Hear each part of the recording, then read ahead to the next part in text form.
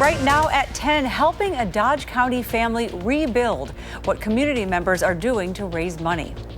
And thousands are expected to march on the state capitol, the impact the protests could have on local businesses. Plus, how one woman is proving it is never too late to follow your dreams.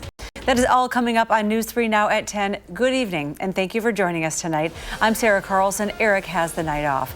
Thousands of people are expected to march through downtown Madison tomorrow, and rain is in the forecast for the weekend. The question is, when will it come? Meteorologist Blaze Keller joins us on the patio with our chances for showers.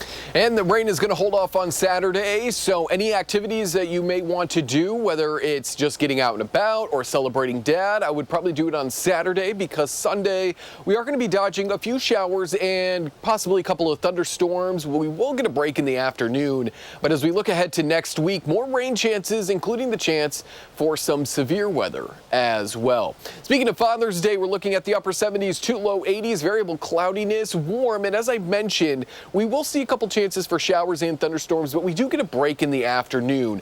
The redevelopment of showers and thunderstorms in the late afternoon, early evening, likely to be closer to the Mississippi River than into parts of Wisconsin. So as we're beginning to plan out our Father's Day weekend, just know Saturday is going to be sunny. Sunday is probably going to be a little bit on the rainier or cloudier side.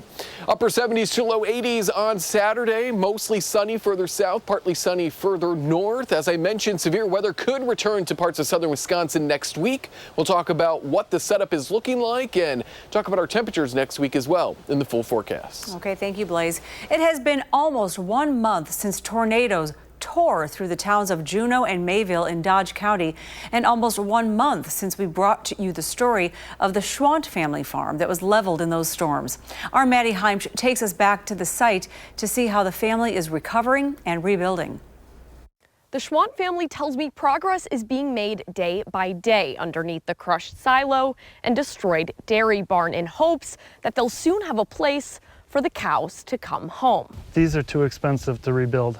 There's no way. The $100,000 silo set to be completely demolished next week. That silo is going to get taken down. They'll just go for scrap. Finishing the job, the May tornado started. It's a slow day-by-day process, you know, but that's all you can do is take it day by day and hope that somehow we're going to get something rebuilt, you know. That storm leaving Bob Schwant Jr. and Sr. without their dairy operation, the roof of their home, or their cattle. They're the ones that belong up here. The farm's nearly 150 cows that scattered when the tornado hit are now accounted for and being cared for by nearby farmers. Farm west of Juneau, he's got 29 of them, and another farm by Horicon. And everybody's taking care of them, thank goodness. They say some of the cows sustained injuries. How are the cows doing? But are recovering. Bob Jr. and Sr. visit them often. They're doing well.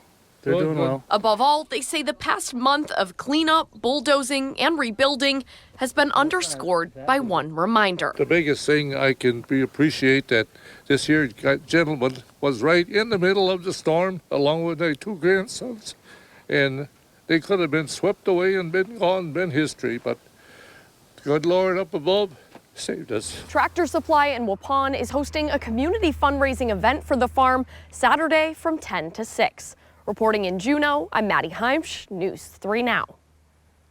For more details about that fundraising event or to donate to the family's GoFundMe account, you can visit our website at channel3000.com. Well, the conflict between Israel and Iran intensified today. The Israel Defense Forces said that their Iron Dome system intercepted most of the missiles that Iran had aimed at Israel. According to the White House officials, the U.S. provided additional help.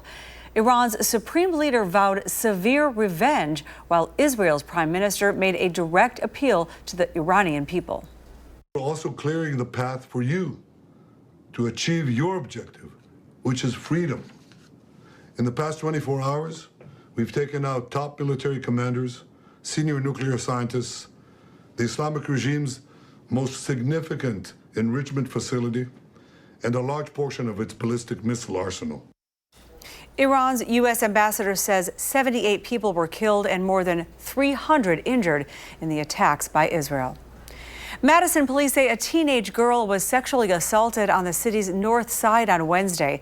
The teen was walking near Troy Drive and Northport Drive when a man inappropriately touched her. She was able to get away and call police.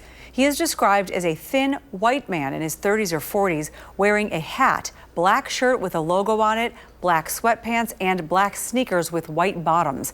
If you have any information related to this case, please contact the Madison Area Crime Stoppers. Madison is gearing up for demonstrations tomorrow that join the nationwide protests against ICE raids and President Trump's policies. And the business community downtown in Madison says they expect more foot traffic with any demonstration. While protests can conjure up images of looting and destruction, downtown's Central Business Improvement District says downtown Madison is good at handling demonstrations, but still, this is a larger event. We're in consistent communication with a lot of city officials, Dane County, of course, MPD, the university, police department. Everybody has eyes on this and is well prepared to not only protect people, but protect property. There are two rallies tomorrow. The first is part of a nationwide women's march event called Kick Out the Clowns. That's scheduled from noon to 2 at Library Mall. Then the No Kings March will follow at 2 p.m. Demonstrators will march to King Street for a rally on Capitol Square. The Salvadorian national from Maryland, who was mistakenly deported from the U.S. earlier this year, appeared in federal court today. Kilmar Abrego Garcia pleaded not guilty to human trafficking charges. The allegations stem from a 2022 traffic stop in Tennessee when Abrego Garcia was driving a vehicle with 9 Hispanic passengers inside. Abrego Garcia is not charged with any violence-related crimes. A local group is responding to the forcible removal of a senator from the Homeland Security Secretary's press conference yesterday. Today, Centro Hispano hosted members of the media to discuss its response to that incident, as well as the overall Trump administration's immigration policies. I know many in the community are afraid, and I'm afraid too. Increased enforcement like what we are seeing in Los Angeles and across this country makes you feel powerless. How do we move forward? I say we move forward together, and we vow to always do everything in our power to not leave anyone behind. Centro Hispano's director says she wants the immigrant community in Dane County to know they can seek assistance from that group whenever they need. You can find resources in Spanish and English at micentro.org. Group health cooperative workers picketed today in solidarity with patients. GHC Workers United is calling on management to stop alleged union busting tactics and recognize the workers' union. Workers United says that they are fighting for a more manageable patient load to deliver better quality care and more help when recruiting and retaining staff.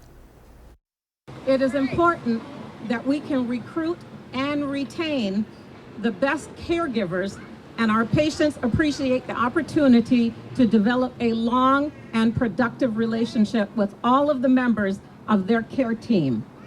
But that is increasingly hard to do at GHC. Workers were joined by member patients and county board supervisors. Right now, there's a major milestone at the Dane County Sheriff's Office.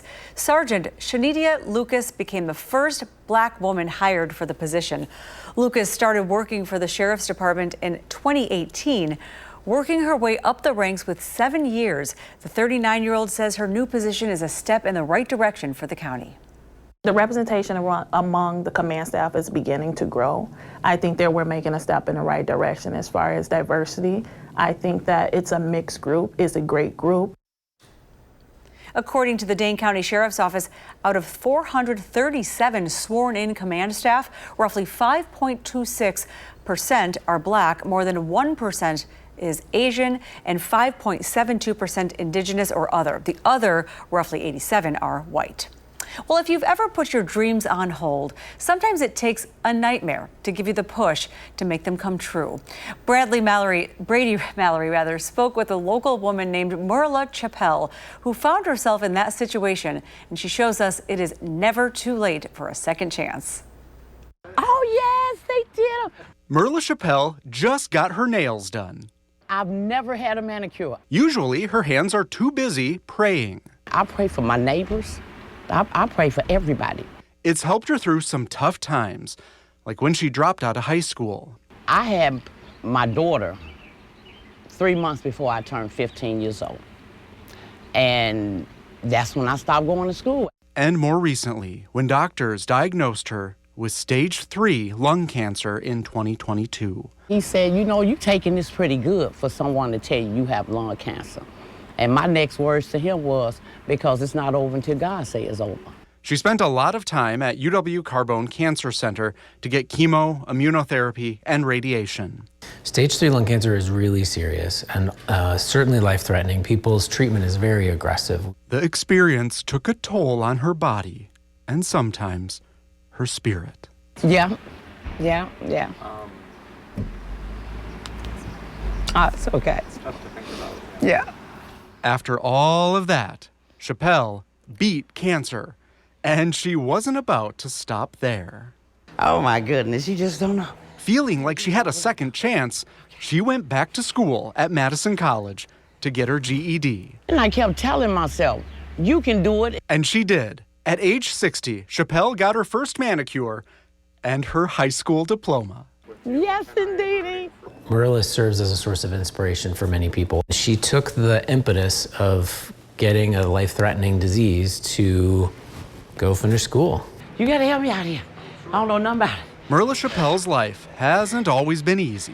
And honey, I just pray and keep on moving. From stage 3 to the graduation stage, somehow it all feels like an answered prayer. I do the best that I can, put my best foot forward, trying to help myself, and I go to praying and I turn it over to God. And that was Brady Mallory reporting. Thank you, Brady. And congratulations to Marla. She wants to thank her medical team and says, though she's glad to be cancer-free, she misses seeing them regularly for her appointments. One more thing, Marla got to walk with her 2 sisters, who also went back with her to finish school, and their mom was right there in the audience. She's already thinking about her next steps. She says she's in business classes and wants to get involved in the not-for-profit world to help others.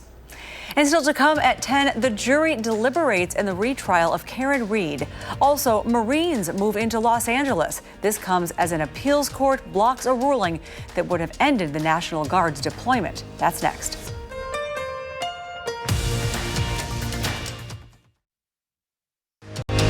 You're watching News 3 Now at 10. A jury started deliberations in the retrial of a Boston woman accused of killing her boyfriend. Karen Reed is charged with second-degree murder, manslaughter, and leaving the scene after prosecutors say she hit police officer John O'Keefe with her SUV outside of a house party after a night of drinking at a local bar.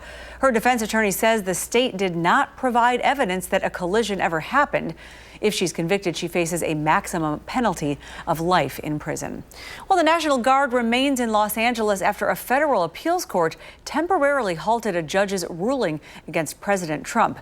Nydia Cavazos has the latest from Los Angeles, where Marines are set to take over protection of the Wilshire Federal Building.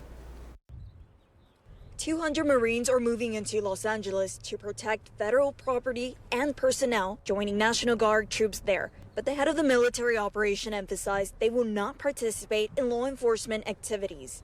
As of today, we have had no soldier or Marine detain anyone. The continued military presence comes after an appeals court temporarily halted a judge's ruling late Thursday that had ordered President Trump to return control of the National Guard to California's Governor Gavin Newsom. He is not a monarch. He is not a king. In a social media post this morning, President Trump thanked the appeals court for its decision. Protests over ongoing immigration raids started a week ago in Los Angeles and have since spread across the country. Stop the raid! Stop the raid! The Department of Homeland Security said Friday that 4 people escaped from an immigration detention facility in Newark, New Jersey, where demonstrators gathered Thursday night.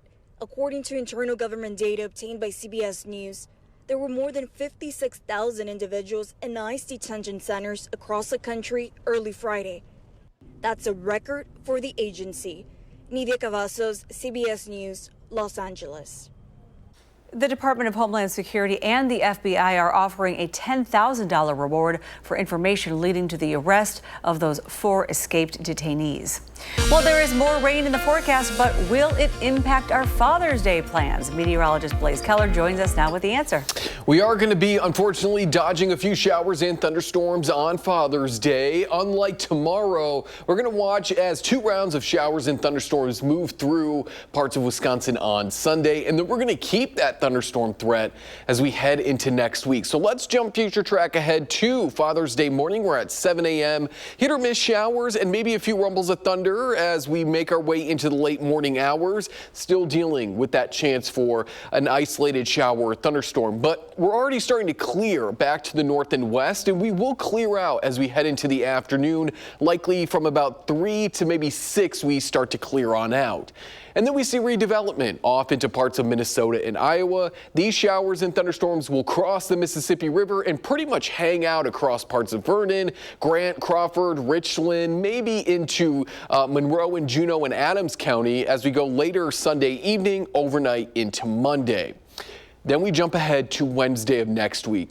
It's been a while since we've had to talk about any sort of organized severe weather threat across parts of central and southern Wisconsin, but there is a possibility as we look ahead to the middle of next week. When we get outlooks beyond 3 days, the Storm Prediction Center has 2 percentages. 15 and 30%. 15 is yellow, so it's essentially a possibility of severe weather. Whereas if we got the 30% more of that orange, it's looking more likely that we'd probably have to deal with some severe weather within that outlook time frame. Thankfully, we're under 15 right now, so it's not looking to be widespread at this point, but there's just that possibility that all things come together and we have to deal with another round of severe weather as we go into next week. What looks to continue to happen is a low pressure system will move through essentially the News 3 Now coverage area. Its warm front and its cold front will move through parts of central and southern Wisconsin. So that'll bring us potentially not only warm front activity, but cold front activity as well. With the center of low pressure moving through the heart of our coverage area, that triple point that we've talked about a couple of times in the past is going to be overhead as well. And that's where we get just that added chance of severe weather, just a little bit more ingredients on in our cupboard to cook with. And then we look into Thursday and Friday of next week, and we're still going to be dealing with that chance for scattered showers and thunderstorms. So if we don't see severe weather on Wednesday, we may just get some very beneficial rain, not to mention Monday, Tuesday, Thursday, and onwards, as you'll see in the 7-day forecast, we have a couple chances for showers and thunderstorms. So anybody here in the purple, that's about 1 inch to 1.5 inches of very beneficial rain, as still nearly 50% of the state is underneath abnormally dry drought conditions, and then we have about 5% of the state underneath moderate drought conditions. There is a look at your 7 and 10-day forecast. Rain chances pretty much every day except for tomorrow, but I'd say the best chances are going to be Monday, Tuesday, and Wednesday of next week. So later on Father's Day if you want to sneak in something early. Yes. All right. Yep. Thanks so much, Blaze. A busy time in softball, huh? Yeah, and I'm back. Blaze, did you miss me? No. Yeah, we knew that. Coming up in sports, it's on to Championship Saturday. Who punched their ticket to the state softball finals? That's next on News 3 Now.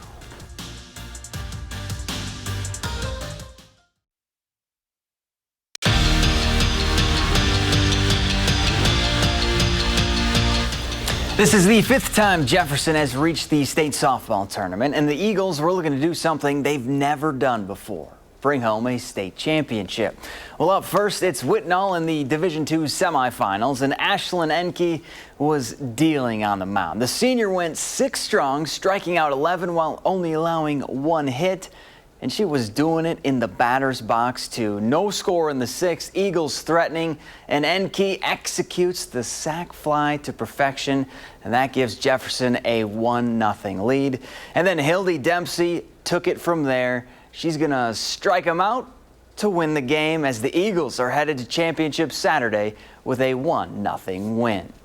Well, state and Poinette softball just go hand in hand. This year is trip number 13 to Madison, and the Pumas have had a lot of success. They won it all in 1998, 2005, 2011, 2018, 2019, and 2022. Poinette trying to do it again this year, taking on Laconia in the Division III semifinals.